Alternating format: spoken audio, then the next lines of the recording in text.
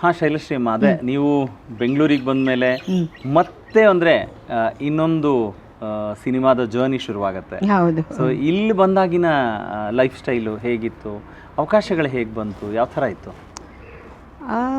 ಇಲ್ಲಿ ಬಂದ ಹೊಸದ್ರಲ್ಲಿ ನಮ್ಮ ಯಜಮಾನರಿಗೆ ಕೆಲಸ ಇತ್ತು.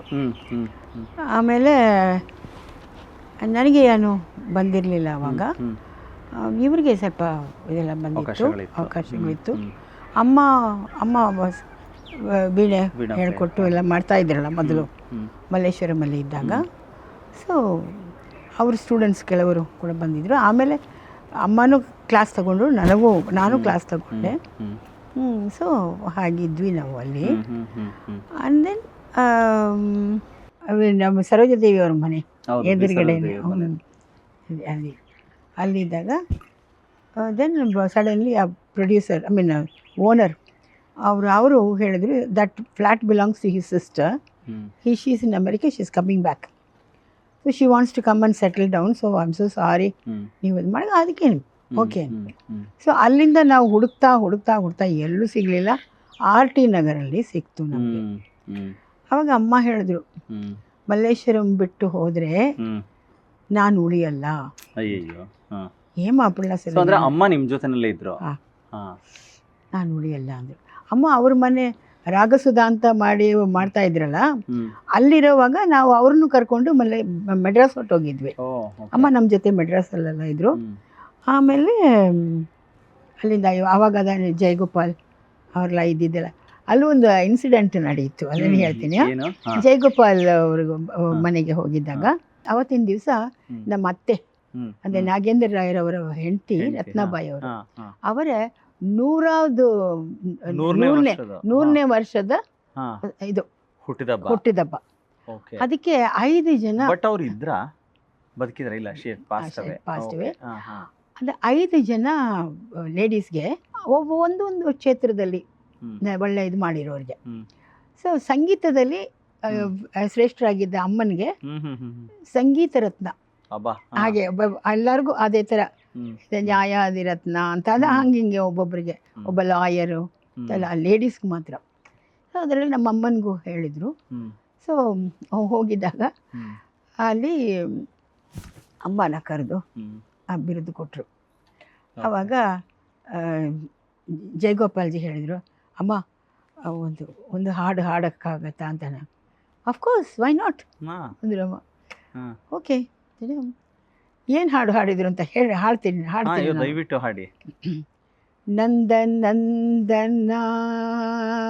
ಗೋಪಾಲ ನವನೀತ ಚೋರ ಗೋಪಾಲ ನಂದನ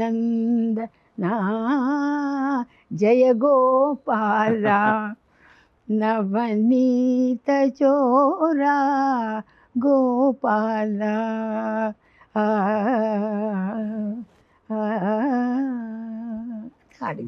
ಸೂಪರ್. ಸೊ ಅವಾಗ ನೋಡಿ ಅಲ್ಲಿ ಸೇರಿಸ್ಕೊಂಡು ಜಯ ಗೋಪಾಲ ಆ ಥರ ಅಮ್ಮ ತುಂಬ, ನಾನಿಷ್ಟೆಲ್ಲ ಕಾಮಿಡಿ ಮಾಡ್ತೀನಲ್ಲ. So all this things comes from my mother. ಚಿಕ್ಕ ವಯಸ್ಸಲ್ಲೇ ಅದೆಲ್ಲ ತುಂಬ ಕಾಮಿಡಿ ಮಾಡೋರು ಅಂತ ಅಮ್ಮ. ಸೊ ಅವರು ಹಾಗೆ ಹಾಡಿದರು, ಅವ್ರಿಗೆ ತುಂಬ ಖುಷಿಯಾಗಿತ್ತು. ಆಮೇಲೆ ಅಮ್ಮ ಹಾಡಿದರು.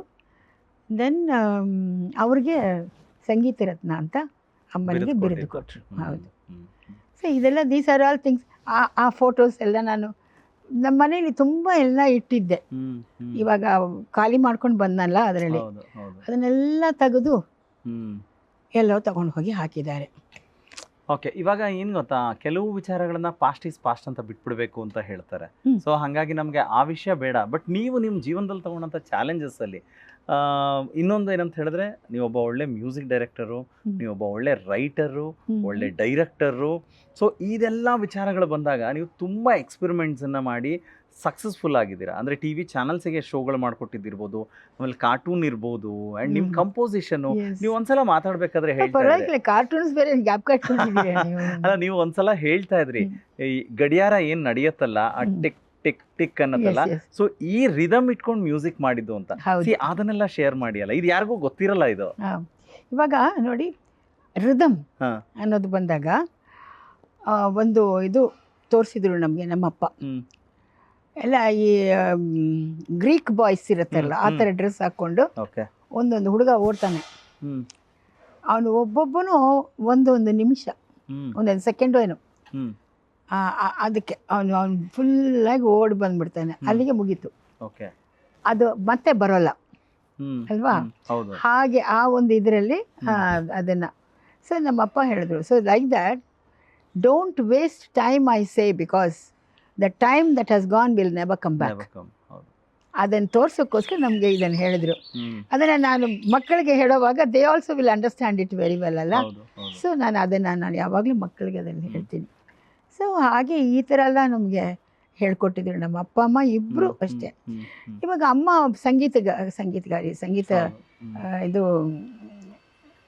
ಅದೇ ವೀಣಾ ವಿದುಷಿ ಅಮ್ಮ.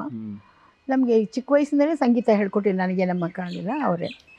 ಅದೇ ಥರ ನಮ್ಮ ಅಪ್ಪ ರಾಮಕೃಷ್ಣ ಸ್ಟೂಡೆಂಟ್ಸ್ ಹೋಮಲ್ಲಿ ಓದುವಾಗ ದೊಡ್ಡ ದೊಡ್ಡ ಇವ್ರುಗಳು ತಿರುಪಾವೈ ಹೇಳ್ಕೊಟ್ಟಿದ್ದು. ಅದನ್ನೆಲ್ಲ ನಮಗೆ ಚಿಕ್ಕ ವಯಸ್ಸಲ್ಲಿ ಹೇಳ್ಕೊಟ್ಟು 30 ರಾಗದಲ್ಲಿ ಅದನ್ನೆಲ್ಲ ಹಾಡಿ, ನಿಮಗೂ ಗೊತ್ತಿದೆ ಅದೆಲ್ಲ ಹೌದಾ, ಹಾಗೆಲ್ಲ ಮಾಡಿ ಅದು ಒಂದು ಇದು ಆಯಿತು ನನಗೆ.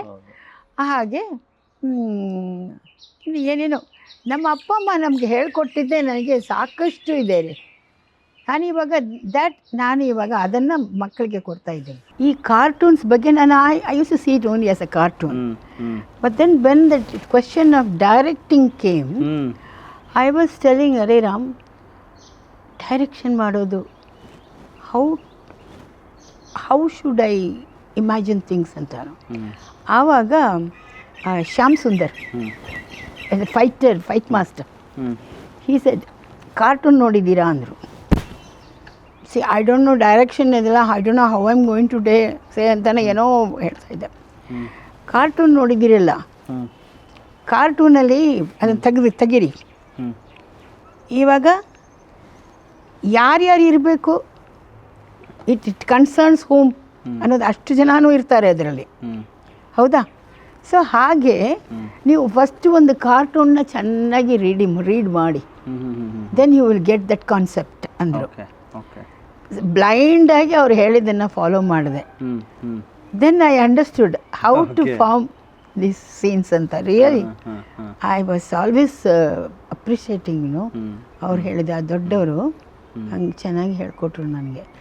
ಅಲ್ಲಿವರೆಗೂ ನನಗೆ ಡೈರೆಕ್ಷನ್ ಮಾಡೋಕ್ಕೆ ಆಗುತ್ತೋ ಇಲ್ವೋ ಏನೋ ಹೇಳಿಬಿಟ್ಟೆ ಅಂತಾನೆ, but now I am very sure of it.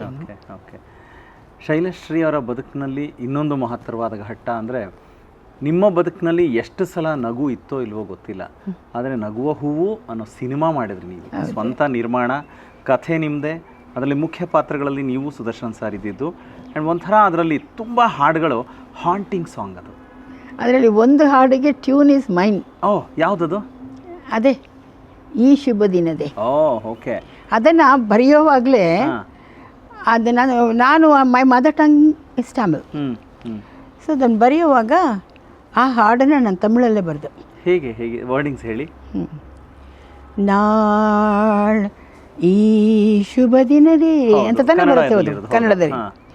நாள் இன்றைய நாள் இந்த நல்லான் பிறந்த நன்னாள் நல்லாசியோடு நல்லெண்ணத்தோடு நாம் வாழ்த்தி கொண்டாடும் நாள் ನಾಳ್ ಇಂದ್ರಯ ನಾಳ್. ಜಯಗೋಪಾಲ್ಜಿ ಕೂತಿದ್ದಾರೆ ಲಿರಿಕ್ಸ್ ಬರೆಯೋಕ್ಕೆ ರೆಡಿಯಾಗಿ, ನಮ್ಮ ಯಜಮಾನರು ಕೂತ್ಕೊಂಡಿದ್ರು. ಅದು ಬಂದಾಗ ಇವರು ಜಿ ಕೆ ಕೂತಿದ್ದಾರೆ, ಯಾವುದು ಟ್ಯೂನ್ ಹಾಕೋದು ಅಂತ. ಆವಾಗ ಅವ್ರು ಹೇಳಿದ್ರು, ಜಿ ಕೆ ಈ ಹಾಡಿಗೆ ಶಿ ಹ್ಯಾಸ್ ರಿಟನ್ ಸಾಂಗ್, ಇಲ್ಲಮ್ಮ ಹಾಡಮ್ಮ ಅಂದರು. ಸೊ ಆವಾಗ ನಾನು ಇದನ್ನು ಹಾಡಿದೆ. ಈ ಟ್ಯೂನ್ ಚೆನ್ನಾಗಿದೆ, ಇದನ್ನು ಹೀಗೆ ಇಟ್ಕೊಳ್ಳೋಣ ಅಂದ್ಬಿಟ್ಟು ಅದ ತಕ್ಷಣ ಜಯಗೋಪಾಲ್ ಜಿ ಈ ಶುಭ ದಿನದೇ ಅಂತ ಬರೆದ್ಬಿಟ್ರು. ನಮ್ಮ ಹಾರೈಕೆ ಆ ದೇವಗೆ 101 ವರುಷ ಜೇನಂತ ಹರುಷ ಕೊಡಲೆಂದು ಈ ಬಾಳಿಗೆ ಈ ಶುಭ ದಿನದೇ. ಮುಂದೆ ಹೇಳಮ್ಮ. பல்லாண்டு பல்லாண்டு வாழியன பல கோடி ಆಸೆಗಳು ಒಂದಿಡುಂ ನಾಳ್ ಅಂದರೆ ಅರ್ಥ ಆಗುತ್ತಾ ನಿಮಗೆ? ಇಲ್ಲ, ನನಗೆ ಅರ್ಥ ಆಗ್ತಾ ಇಲ್ಲ. ಪಲ್ಲಾಂಡ್ means you know what that means. So many years. ಪಲ ಕೋಡಿ ಪಲ್ಲಾಂಡ್ ನೀವು ಇರಬೇಕು ಅಂತ ಹಲವಾರು ಕೋಟಿಗಳು ಇದು ಬರ್ತದೆ ನಿಮಗೆ ಆಶೀರ್ವಾದ ಅಂತ. ಪಲ ಕೋಡಿ ಆಸೆಗಳು ಅಂದರೆ ಆಶೀರ್ವಾದ ಬಂದ ದಿವಸ. ಯಾಕೆಂದರೆ ಒಬ್ಬರು ಜನ್ಮದಿನಕ್ಕೆ ಹೋದಾಗ ಹಂಗ್ತಾನೆ ಮಾಡ. ಆಮೇಲೆ பல கோடி ஆசைகள் நிறைவு பெற பரமனை வேண்டிடும் ஓ திருநாள். பல கோடி ಆಸೆಗಳು நிறைவு பெற ಅವರುಗಳು ಎಲ್ಲರೂ ಬಂದು ಆಶೀರ್ವಾದ ಮಾಡ್ತಾರಲ್ಲ, ಅದೆಲ್ಲ ಚೆನ್ನಾಗಿ ಆಗೋದಕ್ಕೆ பல கோடி ஆசைகள் இப்பற பல கோடி ஆசை நிறைவு பெற ಪರಮನೆ ವೇಂಡಿಡುಂ ಓ ತಿರುನಾಳ. ಪರಮನೆ ಮೀನ್ಸ್ ದೇವ್ರನ್ನ, ದೇವ್ರಿಗೆ ಬೇಡ್ಕೊಳ್ಳೋ ಅಂಥ ಒಂದು ಒಳ್ಳೆ ದಿವಸ ಅಂತ ನಾನು ಬರೆದೆ. ಅದೆಲ್ಲ ಪ್ರಾಸಬದ್ಧವಾಗಿ ಬರೆದೆ. ತುಂಬ ಚೆನ್ನಾಗಿದೆ. ನಾನು ಈ ಟ್ಯೂನ್ ಹಿಂಗೆ ಇಟ್ಕೋತೀನಿ ಅಂತ ಹೇಳಿ ಅವರು ಅದಕ್ಕೆ ಕನ್ನಡದಲ್ಲಿ ತಕ್ಷಣ ಜಯಗೋಪಾಲ್ಜಿ ಬರೆದರು. ಈ ಶುಭ ದಿನದೇ ನನ್ನ ಹಾರೈಕೆಯ ದೇವಗೆ 101 ವರುಷ ಜೇನಂತ ಹರುಷ ಕೊಡಲೆಂದು ಈ ಬಾಳಿಗೆ. ಮುಂದೆ ಹೇಳಮ್ಮ ಹೇಳು. ಪಲ್ಲಾಂಡ್ ಅಂತ ತಗೊಂಡ ಎಸ್ ಜಾನಕಿ ಹಾಡಿದರೆ ಹಾಡ್ಬಿಡೋರು, ಬಟ್ ಪಿ ಸುಶೀಲಾಗೆ ಅಷ್ಟು ಹೈ ಪಿಚ್ ಹೋಗಲ್ಲ. So I keep it down only. ನಿಮ್ಮ ಬಾಳ ಬನದಲ್ಲಿ ಅಂತ ಕೆಳಗಡೆ ತಂದರು. ಚಿರವಸಂತ ನಲಿಯಲಿ ನಾಳೆ ಎಂಬ ಪುಟದಲ್ಲಿ ಹೊಸದು ಕಾವ್ಯ ಬರೆಯಲಿ ಈ ಶುಭ ದಿನದೇ. ಆಮೇಲೆ ಆ ಕತೆಗೆ ತಗೊಂಡು ಬಂದ್ಬಿಟ್ಟೆ. ಬೇರೆತ್ತು ಹೋದ ಅವ್ರು ಪ್ಯಾನೋ ನುಡಿಸ್ತಾ ಇದ್ದಾರೆ. ಇವಳನ್ನ ಅವನಿಗೆ ಮದುವೆ ಮಾಡೋಕ್ಕೆ ಆಯಮ್ಮ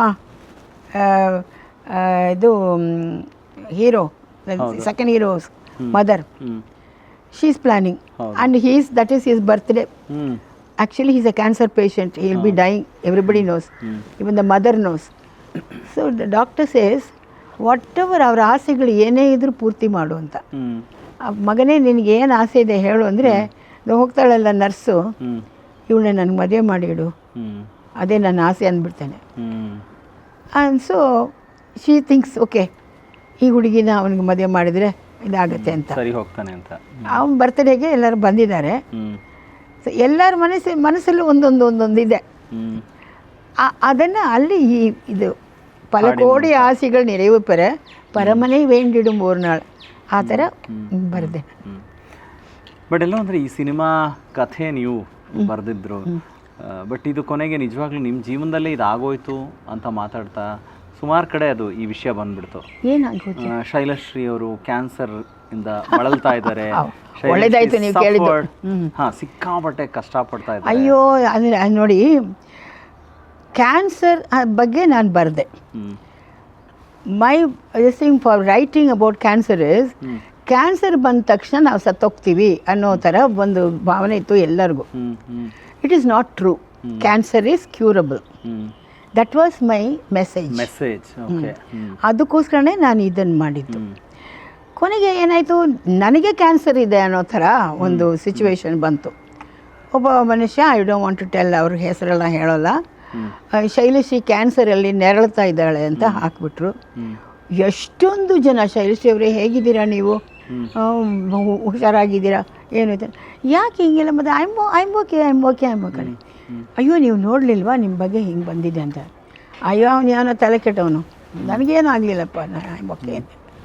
ಸೊ ಹೀಗೆ ಆಮೇಲೆ ಜ್ಞಾಪಕ ಬಂತು, ಅಮಿತಾಬ್ ಬಚ್ಚನ್ ಹೈ ಇದರಲ್ಲಿರೋವಾಗ ಅವ್ರಿಗೆ ಕೂತ್ಕೊಂಡಿರಾಗ ಒಂದು ಮೊಳೆ ಚುಚ್ಕೊಂಡ್ಬಿಡ್ತು ಅಂತ ಒಂದು ದೊಡ್ಡ ಇದು ಮಾಡಿಬಿಟ್ರು. ಆಮೇಲೆ Amitabh Bachchan nothing happen like that ಅಂತ. ಸೊ ಹೀಗೆಲ್ಲ ಒಬ್ಬರು ಇದು ಬಂದರೆ ಎಷ್ಟು ಜನ ಅವನಿಗೋಸ್ಕರ ಪೂಜೆಗಳೆಲ್ಲ ಮಾಡಿದರು ಹೌದು ಅಲ್ವಾ? ಹೌದು ಸೊ ಅದನ್ನು ಹೇ ಸೈಡ್ ನಮಗೆ ನನಗೋಸ್ಕರ ಪೂಜೆ ಮಾಡಿದವರು ಎಲ್ಲರಿಗೂ ನಮಸ್ಕಾರ, ನನಗೇನು ಆಗಲಿಲ್ಲ, I am perfectly all right ಅಂತೆಲ್ಲ ಹೇಳಿದ್ರು. ಸೊ ಹೀಗೆ. ಸೊ ಇವಾಗ ನೀವು ಹಾಗೆ ಹೇಳ್ತಿದ್ದೀರಾ, ಅಂಥ ಯಾವ ಸಮಸ್ಯೆಯಲ್ಲೂ ನಾನು ಬರಲಿಲ್ಲ ಇಲ್ಲ ರೀ. ಅಂದರೆ ಆಸ್ಪತ್ರೆಗೆ ಹೋಗಿದ್ದು ಟ್ರೀಟ್ಮೆಂಟ್ ತೊಗೊಂಡಿದ್ದು ಎಲ್ಲ ಬರೀ ವ್ಯರ್ಥ, ಸುಮ್ಮನೆನಾ? ಹಾಂ ನೋಡಿ, ಆಸ್ಪತ್ರೆಗೆ ನನ್ನನ್ನು ಕರ್ಕೊಂಡು ಹೋಗಿದ್ರು ಯಾರು ಗಿರಿಜಮ್ಮ. ಹೋಗ್ಬಿಟ್ಟು ಅಲ್ಲಿ ಇದು ಏನು ದುಡ್ಡು ಕಟ್ಟಬೇಕಾ ಇಲ್ಲ ದುಡ್ಡು, ಇಬ್ಬರು very big artist, now she can't play, ಹಂಗೆ ಹಿಂಗೆ ನನಗೋಸ್ಕರ ಅವರು ಇದು ಮಾಡಿ ಅಲ್ಲಿ. But I was not staying there, ಮನೆಗೆ ಬಂದು ಹೋಗ್ತಾ ಇದೆ ಆ ಥರ. ಹೋಗಿ they will give tablets, that's all. Doctor ಇದು ಮಾಡ್ತಾರೆ ಅಂತಲ್ಲ, ಅವ್ರು ಹೇಳೋ ಟ್ಯಾಬ್ಲೆಟ್ಸ್ ತೊಗೊಳ್ಳೋದು. Most of the tablets are calcium tablets, that's what they all said. But the one person who correctly to the point said was Vinod Raj, Leelavathi ಅಮ್ಮ. ಈ sir ಅಮ್ಮ ಅದೆಲ್ಲ ಏನೂ ಇಲ್ಲ, ನೀವು ದಿನಕ್ಕೆ ಒಂದು ರಿವೈಟಲ್ ತಗೊಳ್ಳಿ, that is good for you, and calcium tablets ನಾನು ಕೊಡ್ತೀನಿ ನಿಮಗೆ ಅಂತೆಲ್ಲ ಹೇಳಿದರು ಅವರು.